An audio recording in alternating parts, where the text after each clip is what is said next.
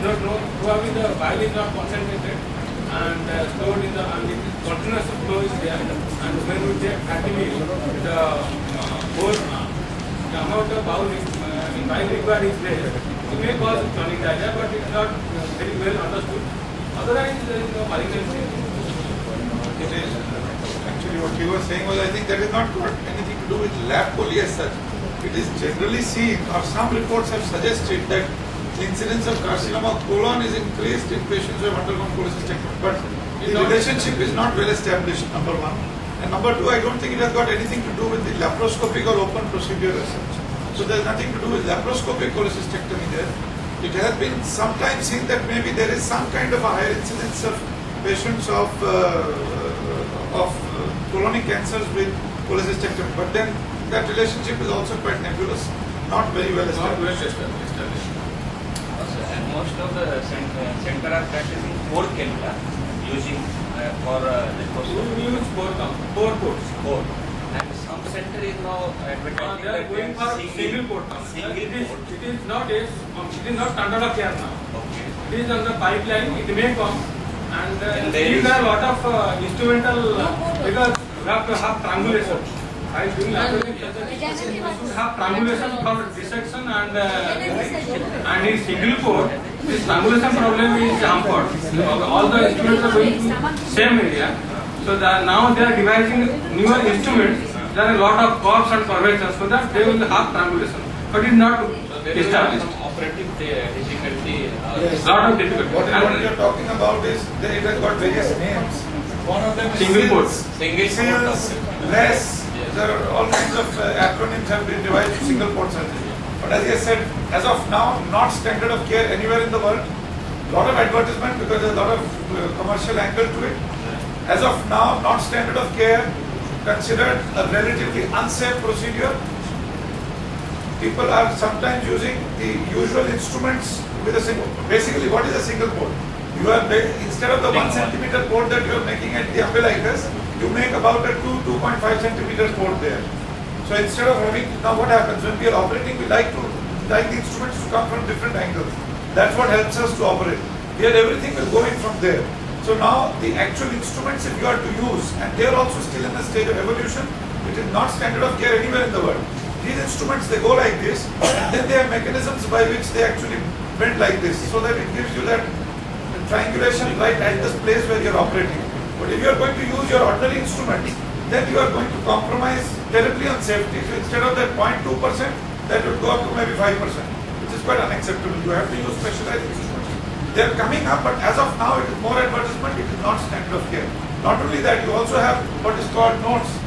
That is no port surgery. That is, what is that? Natural orifice transluminal endoscopic surgery. So that's notes. But once again, not standard of care.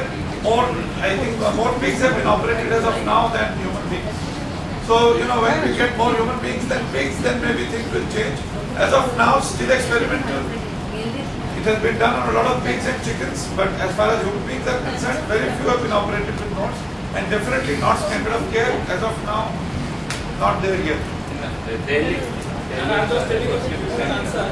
Last conference I attended, Mr. Ramesh Abdullah, he started demonstrating this single port surgery, and he started, and he got so massacre in the during operation. All the subjects shouted, what we are doing, then there was CPD injury and then a lot of problems.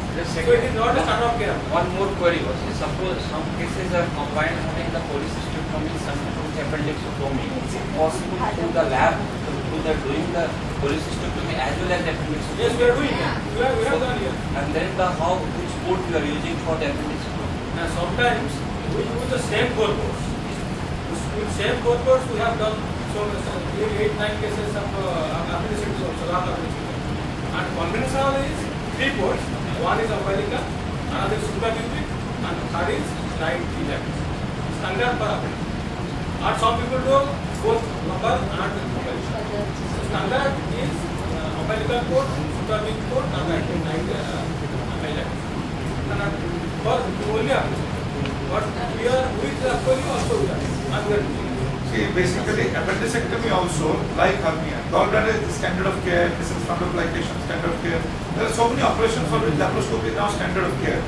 There are so many operations where it is not standard of care. Appendicectomy, hernias are one of them. Now, generally in our place, we are doing lap appendicectomies we are doing lap appendicectomies when we are doing them with gallbladders. And generally speaking, we use the same ports. We don't add any additional port. Though, as he said, traditionally you are supposed to use different ports, but we are doing the appendicectomy also through the same 4 ports. So we don't make any additional port by and large. So, generally cases who are undergoing appendicectomies with cholecystectomies, we are doing them laparoscopically and we are doing them through the same ports. Sometimes we add another port, but generally no. For separate appendicectomies, we are doing them only when there is patient demand. If he says we do it laparoscopically, we do it. Otherwise, it is done by the open source. There are a lot of logistical reasons for that. But when we are doing with cholecystectomy, then generally both of them are done laparoscopically using the same ports. We don't do separate ports. But of course, you know, it was, it was a very important talk which highlighted the complications, but since the complications were so well highlighted, it can always create a fear of the surgery in the mind. It is not. But the rate is only. Yes, it is just about 0.2%. But you know, this case, in fact, I think the first case which was presented, I came to know of it through. I think I was on leave when I came back. Mrs. Jain was to be operated, our general manager, and this was an outsider patient. I think. So they had, I think, applied to Servo for some donation for the hemodialysis and all that. So that is when I came to know. Mrs. Jain was to undergo her laparoscopic cholecystectomy. I went to see her, and then she said that there is one patient who has undergone this procedure and she is on dialysis. Actually, I was on leave, so I was not aware of this case. So I said, then we came to know that this was an outsider, but I think. So, and subsequently, of course, you know, then she decided not to hear about it. And then in the post-op phase, you know, I just casually told her once that it was major surgery, but is this major surgery? I didn't know that. That was after her surgery was over. That means it can also lead to complications. I said, yes, it can, but rarely. So it is major but routine surgery. So I think the take-home message is that it is a major procedure. There are plenty of complications possible, but in good hands, those should be very, very rare and nothing to be really afraid of, but it is a major routine procedure. It is done routinely, but it is a major procedure. Sometimes what happens, you know, it's taken too lightly. That's not correct. But at the same time, I think, given the list of complications, see, the incidence was 0.2%, but the list was so long that including a rupture of the heart, I had not heard of that actually. That was the first time I heard that you got your heart ruptured while doing cholecystectomy. Yes, the But you know, sometimes these things do happen. We heard there was a case in PM Bigla who underwent a coronary bypass surgery and finally ended up with a colonic perforation and a fecal fistula. So while putting the drain, there was an earlier scar there. So while putting the drain, there must have been some additions of the colon to the upper part. So they went right through the colon and ended up with a fecal fistula, and finally, of course, the patient was lost. But these kind of, you know, heart ruptures in gallbladders and fecal fistulas in bypass, they do happen occasionally, but then very, very occasionally. They are all anecdotal incidents which tend to frighten more, but they happen very, very rarely. Because the laparoscopy, there is no tactile system. And it is two-dimensional image. We are not seeing three-dimensional. So always, whenever there is suspicion, better to confirm and see by yourself. Thank you.